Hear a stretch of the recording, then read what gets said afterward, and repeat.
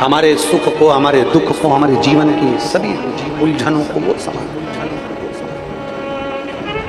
अपने कर्म करने में पीछे मत हटो। एक बार मेहनत कर कर देखिए, लगन लगा कर देखिए। एक इसमें लिखा है 1 किलो की गठान गर्भ में थी। विश्वास करिए, डॉक्टर शंकर का एक रूप होता है, डॉक्टर शिव का एक रूप है। और शिव महापुराण की कथा कहती है डॉक्टर शंकर का एक रूप होता है। शिव महापुराण की कथा कहती है डॉक्टर का इलाज भी चलने दो, क्योंकि वो शंकर का एक प्रतिबिंब है, शंकर का एक रूप है। और साथ में महादेव पर तुम्हारा भरोसा, 1 लोटा जल और 1 बेलपत्र चढ़ा हुआ, निरंतर बाबा से मांग कर औषधि के रूप में, उससे विनय करते रहे, उससे निवेदन करते रहे।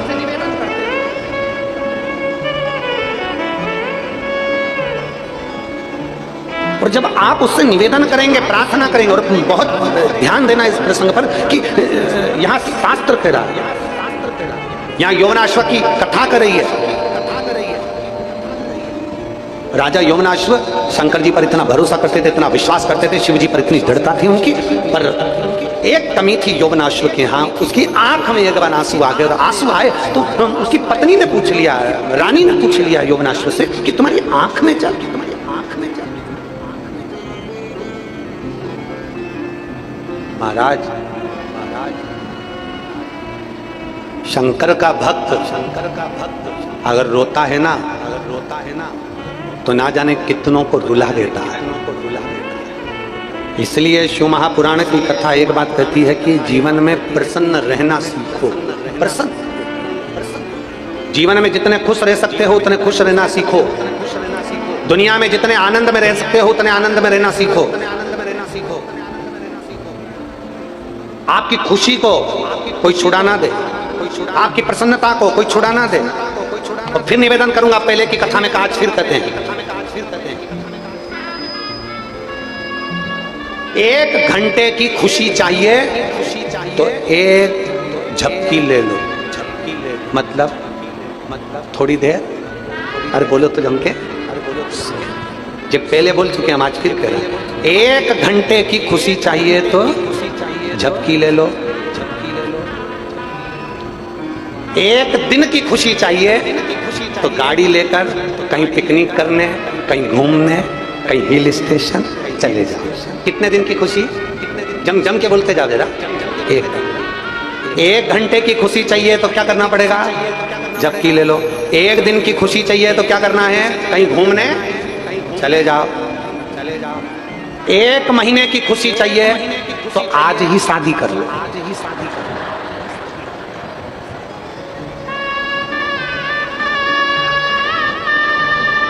कितने महीने की? फिर से बोलो। 1 घंटे की खुशी चाहिए तो क्या करना पड़ेगा? झपकी ले लो। 1 दिन की खुशी चाहिए तो क्या करना पड़ेगा? घूमने चले जा। और 1 महीने की खुशी चाहिए तो आज ही शादी कर। 1 वर्ष की खुशी चाहिए तो अंबानी जितना पैसा कमा लो। और अगर जिंदगी भर की खुशी चाहिए तो जिस अवस्था में रह रहे हो उस अवस्था में मुस्कुराना सीख लो। जिस अवस्था में रह रहे हो, झोपड़े में रह रहे हो तो झोपड़े में खुश रहो, और महल में रह रहे हो तो महल में खुश रहो।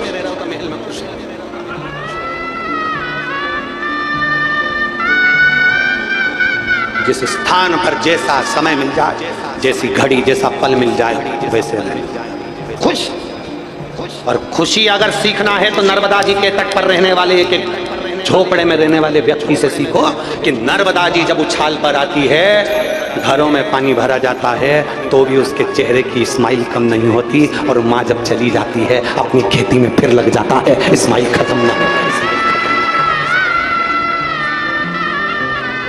हंसना सीखना है तो पहाड़ पर रहने वालों से सीखो, उत्तराखंड में रहने वालों से, हिमाचल में रहने वालों से सीखिए कि उत्तराखंड में बर्फ गिरती है, पानी गिरता है, पहाड़ गिरते हैं, उसके बाद भी वहां पर रहने वाले एक एक उत्तराखंड में रहने वाले, हिमाचल में रहने वाले एक एक भाई से, एक एक बहन से मिलकर देखना उसके चेहरे की प्रसन्नता कितनी होती है। वो कितनी स्माइल में, कितनी प्रसन्नता में बात करती है, उसके चेहरे पर सल नहीं आता।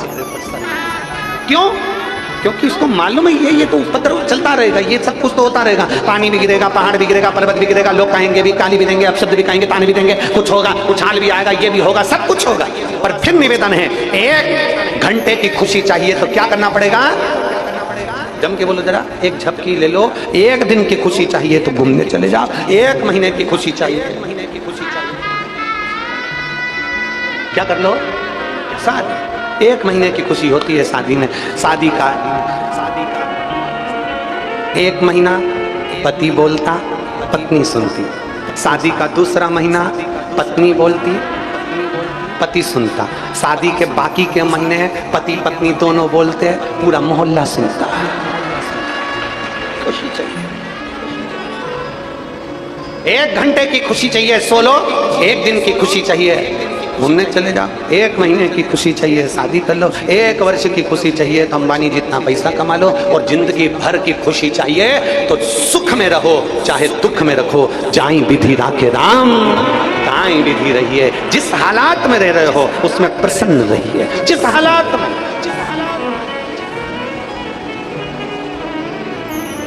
और मेरे भोले तेरा सहारा है, मेरे भोले तेरा सहारा है, मेरी नैया का तू किनारा है, मेरी नैया का तू किनारा है। मेरे बाबा तुझे पुकारा है, मेरे बाबा तुझे पुकारा है, मेरी नैया का तू किनारा है, मेरी नैया का तू किनारा।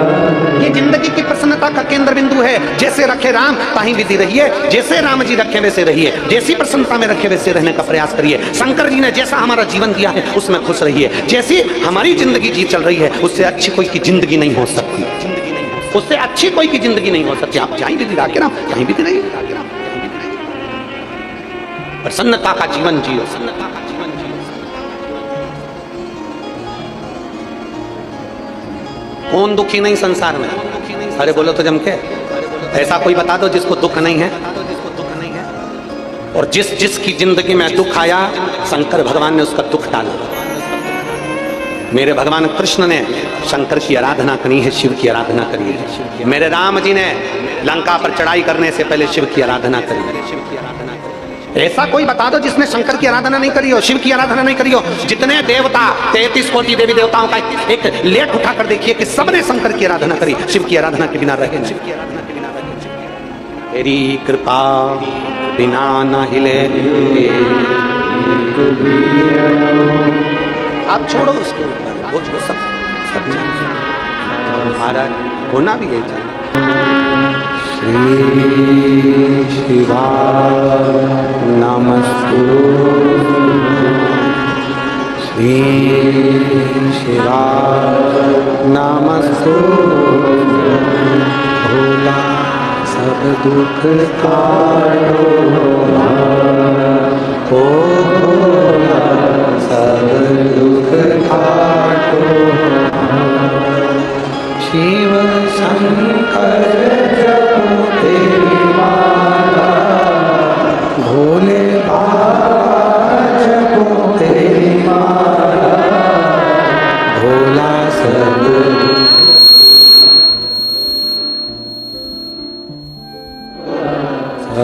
दुख काटो।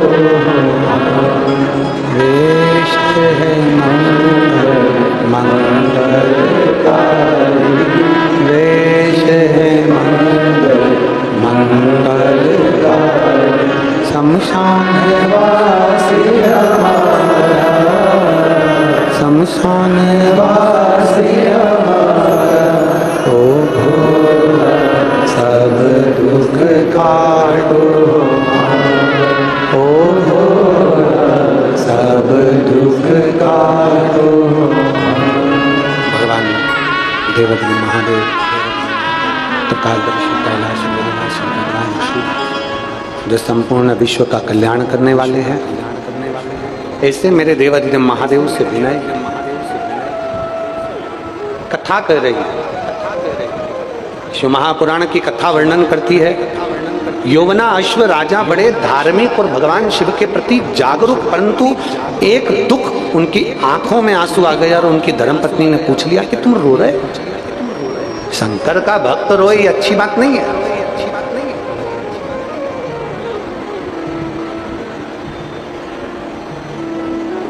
तुम रो रहे हो? हाँ। क्यों?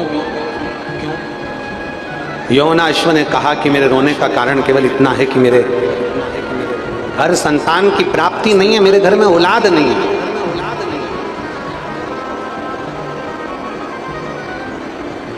मेरे घर संतान नहीं है, मेरे घर औलाद नहीं है। और फिर निवेदन करेंगे, तुम रूका जी का नाम लेकर, तुम रूकेश्वर महादेव का नाम स्मरण कर कर सफेद आंकड़े की जड़ देवाधिदेव महादेव पर से घुमाकर कमर में नारी अगर बांधती है, थोड़ा समय लग सकता है। फाइल अगर मोटी है तो थोड़ा दुख काटने में समय लग सकता है, पर मेरा महादेव किसी की गोद खाली नहीं रख सकता, संतान जरूर देता, औलाद जरूर देता। मेरा महादेव खाली नहीं रख सकता। और जो निवेदन, जो प्रार्थना हम करते हैं, वो निवेदन, वो प्रार्थना आप भी रोज करा करो। हे भोलेनाथ, किसी स्त्री की, किसी नारी की गोद खाली ना रहे और किसी पुरुष की जेब खाली ना रहे, भरे रहे। स्त्री की गोद खाली रहती है तो उसको बहुत सुनना पड़ता है, बहुत झेलना पड़ता है, बहुत सुनना पड़ता है। और पुरुष की जेब खाली रहती है तो उसको भी बहुत सुनना पड़ता है। लोग ठुकरा देते हैं, ताने देते हैं, अपशब्द कहते हैं, गालियां देते हैं, आड़े टेढ़े शब्दों का संबोधन करते हैं, ताने देते हैं, अपशब्द कहते हैं, गालियां देते हैं, आड़ा टेढ़ा।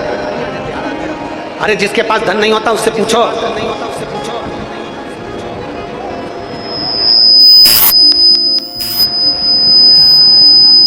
कितना सुनना पड़ता है, कितना श्रवण करना पड़ता है,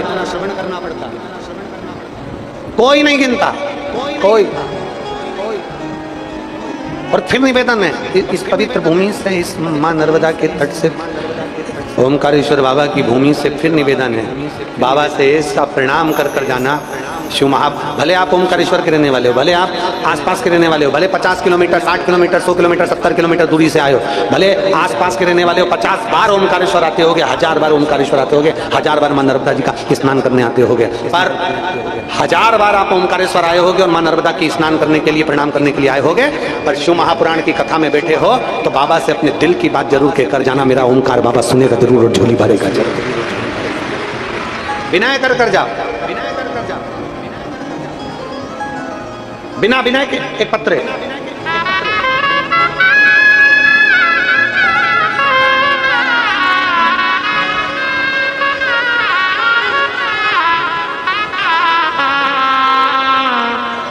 मैं बिहारी लाल दोगाया, गवल, तहसील सनावद, जिला खरगोन का निवासी हूँ। बिहारी लाल दोगाया, गवल, तहसील सनावद, जिला खरगोन का निवासी हूँ। कहीं बैठे हो तो हाथ हिलाइए, कहीं बैठे हैं हाथ हिलाइए एक बार, हाथ हिलाइए एक बार। एलईडी पर दिखाओ, टीवी पर, दिख नहीं रहे क्या? दिख नहीं रहे, थोड़ा सा सामने आओ, थोड़ा सा सामने आओ। हाँ दिख गए, दिख गए। आ जाइए, आ जाओ, एक बेलपत्र ले जाना दादा, आ जाओ।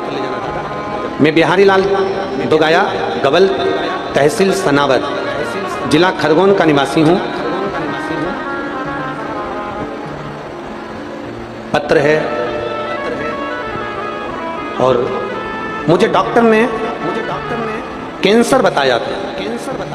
उन्होंने तो लिखा है पर हम उसको वर्णन नहीं कर रहे। पत्र में उन्होंने वर्णन किया, मुझे डॉक्टर ने कैंसर बताया और डॉक्टर ने बोल दिया था कि इनको तुम घर ले जाओ और सेवा करो, इनका कैंसर लास्ट स्टेज का है, रह नहीं सकते। जितना बन सकता है उतनी सेवा करिए। सन 2023 में जैसे ही कैंसर का सुना तो मेरे घर के लोग मुझे सीहोर ले गए और वहां ले जाकर हमने बाबा को जल चढ़ाया, कंकर शंकर की पूजन करी और एक रुद्राक्ष लेकर हम लोग आ गए।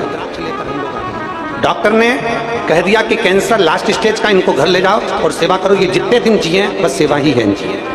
थोड़े से महीने के ये मेहमान हैं, ये डॉक्टर कह बाबा हम जब से सीहोर से आए रुद्राक्ष लेकर शंकर के मंदिर जाना चालू कर दिया, शिव जी को जल चढ़ाना प्रारंभ कर दिया, श्री शिवाय नमस्तुभ्यम का मंत्र जपते रहे और बाबा को जल चढ़ाकर पीते रहे।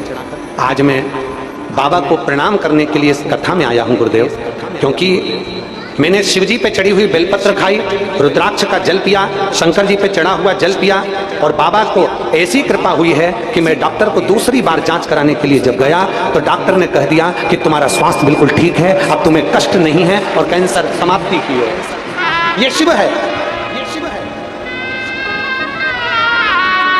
ये ओघड़दानी है गुरुदेव।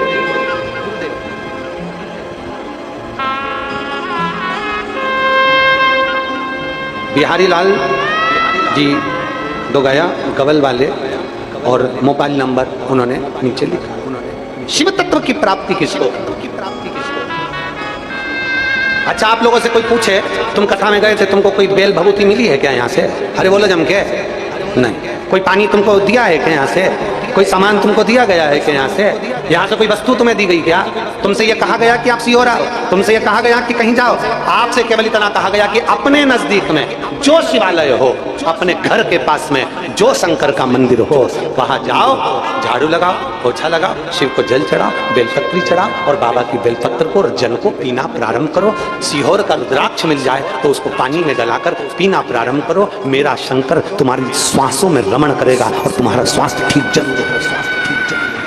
जरूर हो। शिव के भरोसे पर एक आश्रित होकर, एक शरणागति लेकर आप चलिए, आप चलिए। यौवनाश्वा उनके मन में आ गया मेरे घर औलाद नहीं। रानी कहती है शंकर का भक्त रो रहा है, शिव का भक्त, शिव का भक्त। शंकर के भक्त की आंख में आंसू नहीं आना चाहिए और तुम रो रहे हो। तुम्हें नहीं रोना है, तुम्हें नहीं रोना है, तुम्हें नहीं रोना है, तुम्हें नहीं रोना है। शिव महापुराण की कथा कहती है बन सके तो किसी के लिए अच्छा करना, प्यासे को पानी पिलाओ, भूखे को भोजन कराओ। हमारे यहाँ पर अमरनाथ जी का दर्शन करने जाते हैं तो वहाँ कहते हैं भूखे को भोजन, प्यासे को पानी, जय बाबा बर्फानी। हमारे यहाँ कहते हैं भूखे को भोजन, प्यासे को पानी, जय बाबा बर्फानी। ये हमारे यहाँ का शिव महापुराण का एक भाव याद रखना कि कभी बन सके तो भूखे को भोजन कराकर, प्यासे को पानी पिलाकर। हमें बड़ी खुशी होती है नर्मदा परिक्रमा करने वाले जब निकलते हैं, नर्मदा के तट के गाँव में से जब निकलते हैं तो गाँव के लोग उनके लिए अपने घर से भोजन ला कर दे देते हैं। नर्मदा परिक्रमा वासियों के लिए बैठने की व्यवस्था कर देते हैं उनके। दुनिया के लोग, दुनिया के लोग जरा विचार करिए, जरा विचार। आप रो रहे हो, यौवनाश्व आप रो रहे हो, आपकी आंख में आंसू है, आप रो रहे हो, आप रो रहे हो। ए यौवनाश्व, रानी कहती है महाराज आपको रोने की जरूरत नहीं है, शंकर की आराधना करो। राजा आधी रात्रि को घर छोड़कर चले गए, आधी रात्रि को शंकर को रिझाने के लिए। शंकर को रिझाने के लिए मेरे घर में औलाद जरूर होगी, मेरे घर में संतान जरूर होगी, मेरे घर में संतान जरूर होगी। और जिस जिस भरोसे से आए हो ना आप लोग, जिस विश्वास के साथ आप लोग कथा श्रवण करने के लिए आए हो, ये विश्वास रखना बाबा खाली नहीं भेजेगा, भर कर झोली भेजेगा, भर कर भेजेगा। यौवनाश्व गया, जंगल में पहुंच गए। 15 दिन निकल गए, 20 दिन निकल गए, 1 महीना निकल गया, 1.5 महीना निकल गया, 2 महीना निकल गया, 3 महीना निकल गया, 4 महीना निकल गया, 5 महीना निकल गया। राजा नहीं आया, पूरे नगर में बात फैल गई। राजा ना जाने कहां चले गया, भगकर चले गया, कहीं चले गया, ना जाने राजा छोड़कर चले गया, छोड़कर चले गए। और ध्यान दो राजा क्या करने गया था, जम के बोलो जरा, शंकर भगवान की भक्ति। और दुनिया के लोग, गांव के लोग क्या कर रहे हैं, ना जाने कहां भक्कर चले गया, ना जाने कहां पहुंच गया, उसने तो अपना घर छोड़ दिया, पत्नी छोड़ दी, बच्चे छोड़ दिए, पूरा राजपाट छोड़कर ना जाने कहां चले गया। दुनिया के लोग ताने दे रहे हैं, दुनिया के लोग अपशब्द कर रहे हैं, दुनिया के लोग आड़े टेढ़ी बातें कर रहे हैं, दुनिया के लोग कुछ भी बोल रहे हैं, और राजा अपनी शिव भक्ति में लगा हुआ है, शंकर की भक्ति में लगा था। शिव भक्ति में लगे लगे 3 महीने बीतने पर राजा ने थोड़ा सा फल ग्रहण करा। ग्रहण करने पर राजा को प्यास लगने लगा, राजा को प्यास लगी।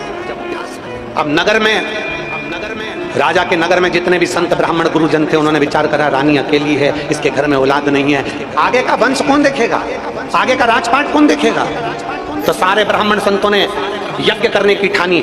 एकांत जंगल में यज्ञ वेदी बनाई गई। ब्राह्मण विद्वानों ने, संतों ने, साधुओं ने यज्ञ करना प्रारंभ करा। रानी के लिए एक जल का पात्र रखा, जिस पात्र को सिद्ध किया गया उस पात्र का जल रानी को पिलाएंगे तो वो गर्भ ठहर जाएगा। अब एक रात्रि का यज्ञ और बचा था। इतनी देर में क्या हुआ कि सारे ब्राह्मण संत साधु तो जाकर सो गए, विश्राम कर लिए, और राजा को लगी प्यास, तो वो जंगल में ढूंढते ढूंढते पानी को उस यज्ञ वेदी के पास आ गया। आवाज लगाई, ब्राह्मण देवता, गुरुजन, संतजन, प्यास लगी है, मुझको पानी पिला दीजिए। बाबा, मुझे प्यास लगी है, पानी दे दीजिए। राजन चिल्ला रहे हैं, आवाज लगा रहे हैं, मुझे प्यास लगी है, पानी पिला दो। कोई आता नहीं। राजा यज्ञशाला में प्रवेश करते हैं, यज्ञ कुंड को नमन करते हैं, शिव जी का ध्यान करते हैं, सामने रखे हुए कलश को उठाकर राजा पानी पी लेते हैं। उनको नहीं मालूम कि ये वो कलश है जो रानी का गर्भ ठहराने के लिए इस जल को तैयार किया गया है।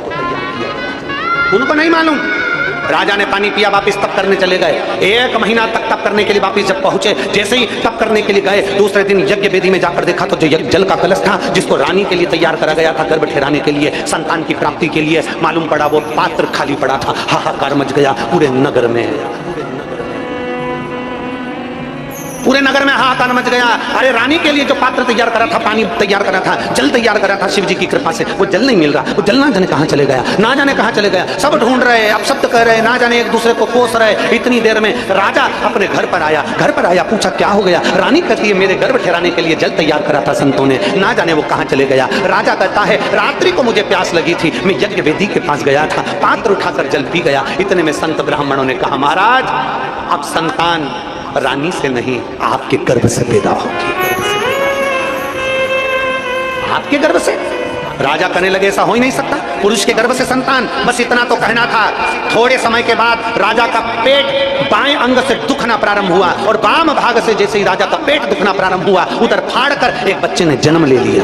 एक बच्चे ने जन्म ले लिया। जैसे ही बच्चे ने जन्म लिया, जन्म लेते से बच्चा बिलखने लगा, भूख के कारण बिलख रहा था। अब अगर इसको माँ जन्म देती तो स्तन में दूध आता और माँ पिला देती। अब इसको दूध कौन पिलाए। तब राजा की आंख से जल बह रहा था और याद कर रहे महादेव को, तो महादेव ने इंद्र को भेज दिया। इंद्र को भेजा और भेजते से ही इंद्र से कहा जाओ देवता, 33 कोटि देवी देवताओं की जवाबदारी है इस बच्चे को पालना, पोसना, बड़ा करना। ये 33 कोटि देवी देवता करेंगे। इंद्र ने जाकर अपनी एक उंगली उस बालक के मुख में दूध पिलाने के भाव से दे दी। बच्चे का पेट भरा गया। पेट भराते से ही देवताओं ने कह दिया इसकी कोई माँ ने दूध नहीं पिलाया, एक देवताओं ने इसका पालन करा है, इसलिए इसका नाम मानधाता होगा, इसलिए इसका नाम मानधाता होगा।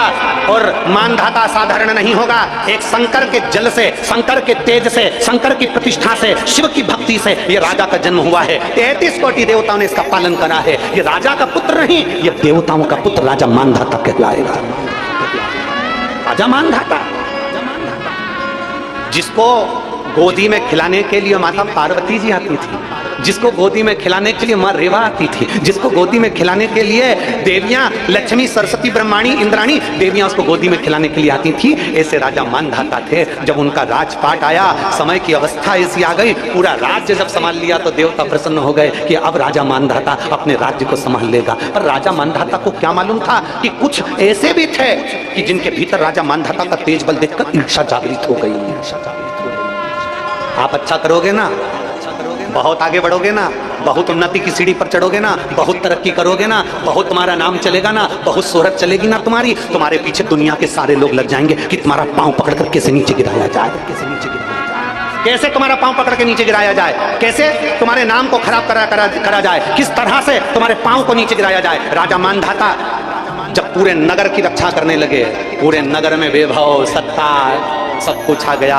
पूरा नगर शंकर की भक्ति में डूबने लगा। पूरा मानधाता नगर शिव की भक्ति में डूबा हुआ था, पूरा मानधाता नगर। पर कुछ लोगों के मन में ईर्ष्या जागृत हो गई। शंकर की भक्ति में, शिव की भक्ति में शंकर को जल चढ़ा रहे, शंकर का गुणगान कर रहे, शंकर का गुणगान। इतने में कुछ लोग जो जलने वाले ईर्ष्या वाले थे, उन्होंने यज्ञ करा। यज्ञ कर कर देवताओं से वर मांगा कि एक बार हमको दे दो कि मानधाता की नगरी में पानी ना गिरे। मानधाता की नगरी में पानी नहीं गिरना चाहिए, मानधाता की नगरी में अन्न नहीं होना चाहिए, मानधाता की नगरी में कोई अन्न का भाग ना हो, मानधाता की नगरी में रहने वाला भूखा मरना चाहिए, ये वर दीजिए। देवता जरा विचार करिएगा। त्र्यंबकेश्वर की कथा सुनिए आप लोगों ने? अरे जम के तो बोलो, सुनिए त्र्यंबकेश्वर की। त्र्यंबकेश्वर भगवान की कथा सुनी होगी तो उसमें आया होगा गौतम ऋषि पर गौ हत्या का दोष लगाया। लगाने वाले कोई दूसरे नहीं थे,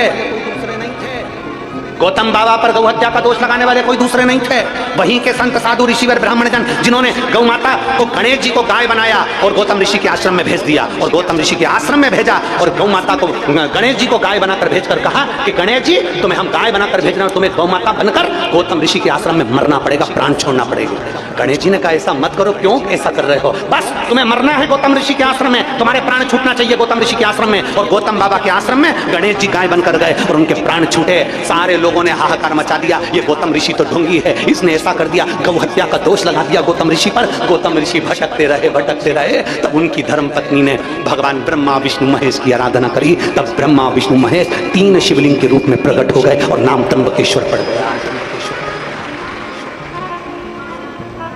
ईर्ष्या करने वाले किसी भी तरह का इल्जाम लगा सकते हैं, ईर्ष्या करने वाले, तुमसे नफरत करने वाले तुम्हारे ऊपर कोई भी इल्जाम लगा सकते हैं, कोई भी उंगली उठा सकते हैं। तैयारी रखिएगा। मानधाता की नगरी में पानी नहीं गिरना चाहिए, मानधाता की नगरी में अन्न नहीं होना चाहिए, मानधाता की नगरी में सब भूखे रहना चाहिए, मानधाता की नगरी में एक अन्न का भाग नहीं होना चाहिए, एक अन्न का भाग मानधाता की नगरी में नहीं होना चाहिए। यज्ञ करा, देवताओं को रिझा लिया, देवताओं को रिझाया तो वरुण सबको बुलाकर कह दिया मानधाता की नगरी में पानी ना गिरे, मानधाता की नगरी में अन्न ना हो, मानधाता की नगरी में सब अकाल पड़े, भूखा रहे, मानधाता की नगरी में सूखा पड़ने लगा, हाहाकार मचने लगी, सब जीव परेशान होने लगे। राजा मानधाता के पास गए। मानधाता, ये नगर के लोग कहां जाएंगे? ये नगर के लोग कहां जाएंगे? किसके सामने जाकर हाथ फैलाएंगे? आप ही ना तारोगे तो कौन तारेगा मेरे महाकाल? आप ही अपने निगाहों से नहीं निहारोगे तो कौन निहारेगा मेरे कालाधिपति? कृपा करिएगा, कृपा करिएगा। हमारा कुछ न बिगड़ेगा, तुम्हारी शान जाएगी, पकड़ लो हाथ त्रिपुरारी, नहीं तो डूब जाएगी। हमारा क्या बिगड़ना है? लोग क्या कहेंगे, किसको कहेंगे, ताना किसको कहेंगे कि शंकर का भक्त मानधाता, शिव की उपासना करने वाला मानधाता, शंकर की गर्जना करने वाला मानधाता, और उसकी नगरी सुखी, उसका नगर सूखा। ईर्ष्या करने वालों ने देवताओं को प्रसन्न कर मानधाता की नगरी में पानी नहीं गिरने दिया।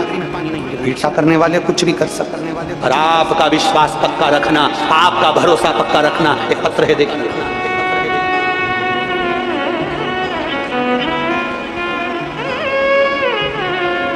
मेरा नाम कविता सुभाष पांड्या, मैं बांसवाड़ा राजस्थान की निवासी हूँ। मेरा मोबाइल नंबर ये है, कहीं बैठी हो तो हाथ हिला सकती हैं। मेरा नाम कविता सुभाष पांड्या, बांसवाड़ा की निवासी हूँ। मेरा मोबाइल नंबर ये है, कहीं बैठी हूँ तो हाथ हिला सकती हैं। एक लोटे जल का मैं क्या वर्णन करूं गुरुदेव। मैं सरकारी नौकरी के लिए अप्लाई कर कर कर थक गई थी, मेरी नौकरी नहीं लगी। बहुत उपाय करे आपके गुरुदेव, उपाय करते करते आखिरी में मैंने विचार कर लिया कि अब उपाय नहीं करूंगा। पर फिर मेरा मन कर गया, नहीं, सियोर वाला महाराज कथा नहीं कहता, सियोर वाला महाराज कहता है कि व्यासपीठ पर बैठकर मेरा काल अधिपति महाकाल कथा कहता है। अब मैं महाकाल के वचन पर भरोसा करती हूँ, व्यासपीठ पर भरोसा करती हूँ। और मैंने शंकर भगवान का पशुपति व्रत करते हुए कहा कि तुम्हें वो सियोर वाले महाराज ने कहा है कि सुनना पड़ेगा। और शंकर जी से रोज कहते आती थी कि वो सियोर वाले महाराज का वचन रख ले, सुन ले उसकी बात। और बाबा ने ऐसी कृपा करी, 5 सोमवार पूरे हुए और बाबा की कृपा से मेरा तीसरे सोमवार में सिलेक्शन हो गया और चौथे सोमवार तक मेरे बाबा ने मुझे अध्यापकिका के पद पर मुझे सरकारी नौकरी प्रदान की। ये मेरे शिव की कृपा।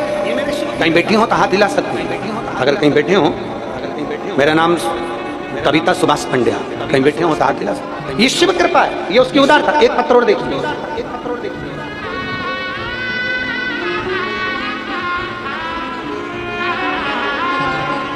रीना पति मदन पाटिल इंदौर की रहने वाली हूँ। मोबाइल आप लोग ये पत्र एलईडी पर पढ़ सकते हैं। मेरा मोबाइल नंबर ये है। कहीं बैठी हूँ मैं रीना पति मदन पाटिल इंदौर की रहने वाली हूँ। कहीं बैठी हूँ तो हाथ हिला सकती हूँ। मैं रीना पति मदन पाटिल इंदौर की रहने वाली हूँ। गुरुजी मेरे भोले बाबा का मैं क्या गुणगान करूँ। मेरे पास बहुत बड़ी मुसीबत आ गई थी। मुझे महामारी में तकलीफ होने पर डॉक्टर को दिखाया तो उन्होंने मुझे सोनोग्राफी कराई तो उसमें अपेंडिक्स बता दिया, गांठ बताई। गांठ बताने के बाद में जब सीटी स्कैन वापस कराया गया, एमआरआई कराई गई तो उसमें मुझे कैंसर बता दिया गया। मुझे कैंसर बताया, हम सब घबरा गए और मेरी बड़ी बहन ने कहा कि तू चिंता मत कर, कैंसर बताया है ना तो रोती क्यों है, चिंता क्यों करती है, बाबा पर भरोसा रख। वो एक सीवर वाला महाराज कथा करता है, टीवी पर कथा सुनाकर हमने कथा सुनना प्रारंभ करी। आपने बेलपत्री चढ़ाकर खाने का बोला था, जल चढ़ाकर पीने का बोला था, रात्रि को 9:15 वाला उपाय बोला था, वो हमने करना प्रारंभ करा और 15 दिन के बाद मेरी वापिस रिपोर्ट जांच कराई गई तो ना मेरे को अपेंडिक्स था और ना मेरा कैंसर था। मेरे बाबा ने मुझ पर कृपा। ये शिव तत्व है, ये ओघड़ी है, ये शंभू, ये त्रिकालदर्शी, ये कैलाश। कहीं बैठी हो रीना पति मदन पाटिल इंदौर से, मेरा मोबाइल नंबर ये है।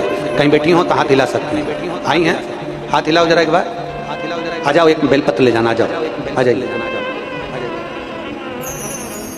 एक शिव के प्रति भरोसा, एक शंकर के प्रति विश्वास, एक शिव के प्रति दृढ़ता।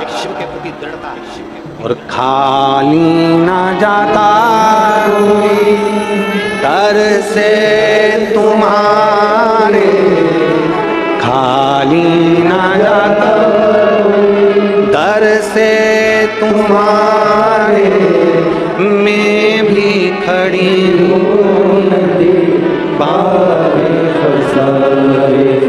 अपने हृदय से लगा लो,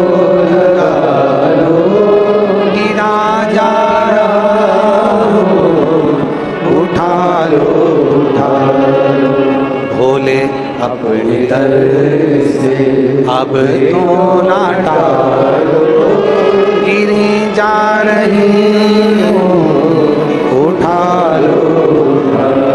उसके प्रति भरोसा जागृत करना, उसके प्रति विश्वास जागृत कर ली। और जिस दिन भरोसा जागृत हो गया, जिस दिन विश्वास दृढ़ हो गया, जिस दिन भरोसा पक्का हो गया, नहीं डूबोगे, नहीं डूबोगे, नहीं नहीं।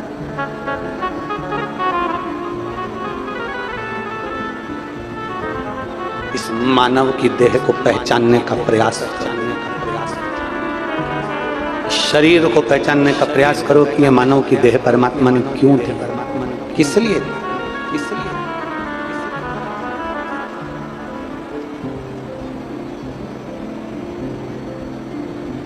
उसको पुकारो, उसको पुकारो। वाय वाय सारी समस्या का हल बोल बम का नारा है। आवाज आवाज तुम्हारी जम के आना चाहिए। बोल बम का नारा है। भरोसा पक्का करिए, विश्वास दृढ़ करिए। गौतम बाबा की धर्म पत्नी माहिल्या ने अपने विश्वास को पक्का कर लिया था तो ब्रह्मा विष्णु महेश को आना पड़ा और दुख मिटाना पड़ा। भरोसा पक्का करिए, विश्वास पक्का करिए, दृढ़ता पक्की करिए। एक पत्र देखिए,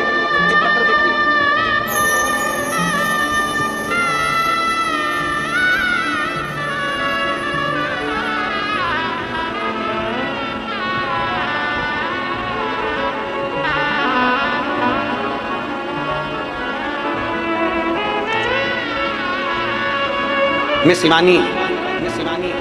शिवानी अग्रवाल, पति गौरव अग्रवाल, कस्बा भीकन गांव, तहसील भीकन गांव, जिला खरगोन, मध्य प्रदेश की निवासी हूँ। कहीं बैठी हैं शिवानी अग्रवाल, पति श्री गौरव अग्रवाल। कहीं बैठे हों तो हाथ हिला सकते हैं अगर कहीं बैठे हों। गुरुदेव, हमारी शादी को 5 वर्ष हो गए थे पर डॉक्टरों के हिसाब से मैं कभी मां नहीं बन पाती। टीवी पर कथा सुनी और बाबा से विनय करा, गुरुजी आपने पार्थिव शिवलिंग का पूजन करवाया, मैंने बाबा से प्रार्थना कर वो पूजन किया, उसकी एक बेलपत्र उठाकर रख ली। उस समय पर पार्थिव शिवलिंग का जब आप पूजन करा रहे थे सारी दुनिया के लोग हंस रहे थे, पर मैंने वो बेलपत्र रखी और बाबा से विनय करा, बाबा हमने सुना है कि पार्थिव शिवलिंग का पूजन करने से तू जो मांगा जाए देता है, मेरे यहाँ औलाद नहीं है बाबा, सबके ताने सुनती हूँ, कृपा कर बाबा। और बाबा की ऐसी कृपा हुई 2/11/2022 को जब भीकन गांव में आपकी कथा हुई, दूसरा दिन था, मैं बाबा को प्रणाम करी और बाबा की ऐसी कृपा हुई कि मेरे यहाँ संतान की प्राप्ति हुई और मैं बाबा को यहाँ प्रणाम करने की। शिव तत्व है, उस शिव तत्व को हमें पहचानना, उस शिव तत्व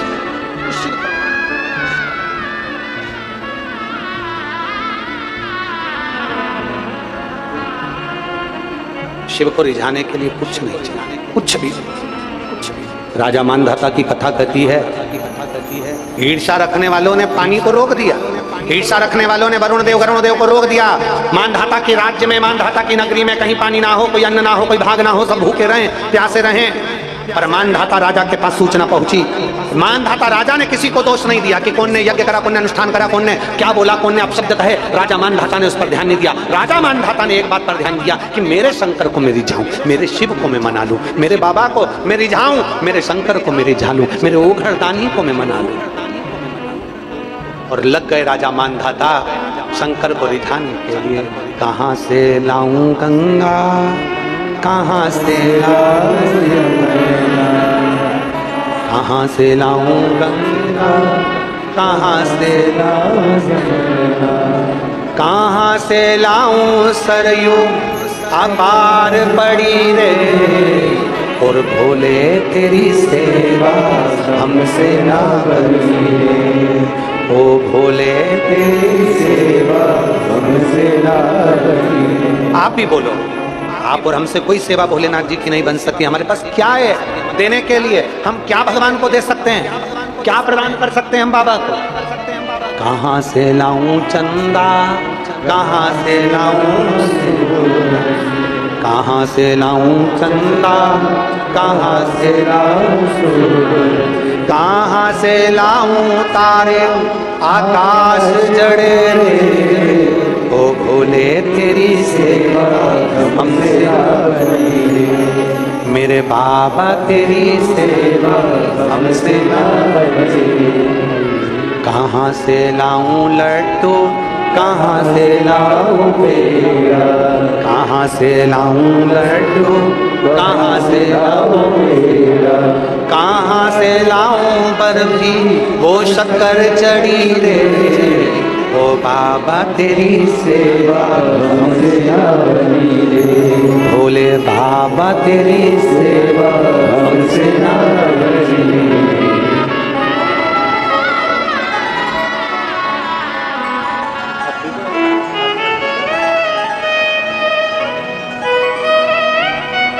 जो पहला पत्ती दी है उनको डॉक्टर ने कैंसर बताया था, इंदौर से आई हैं।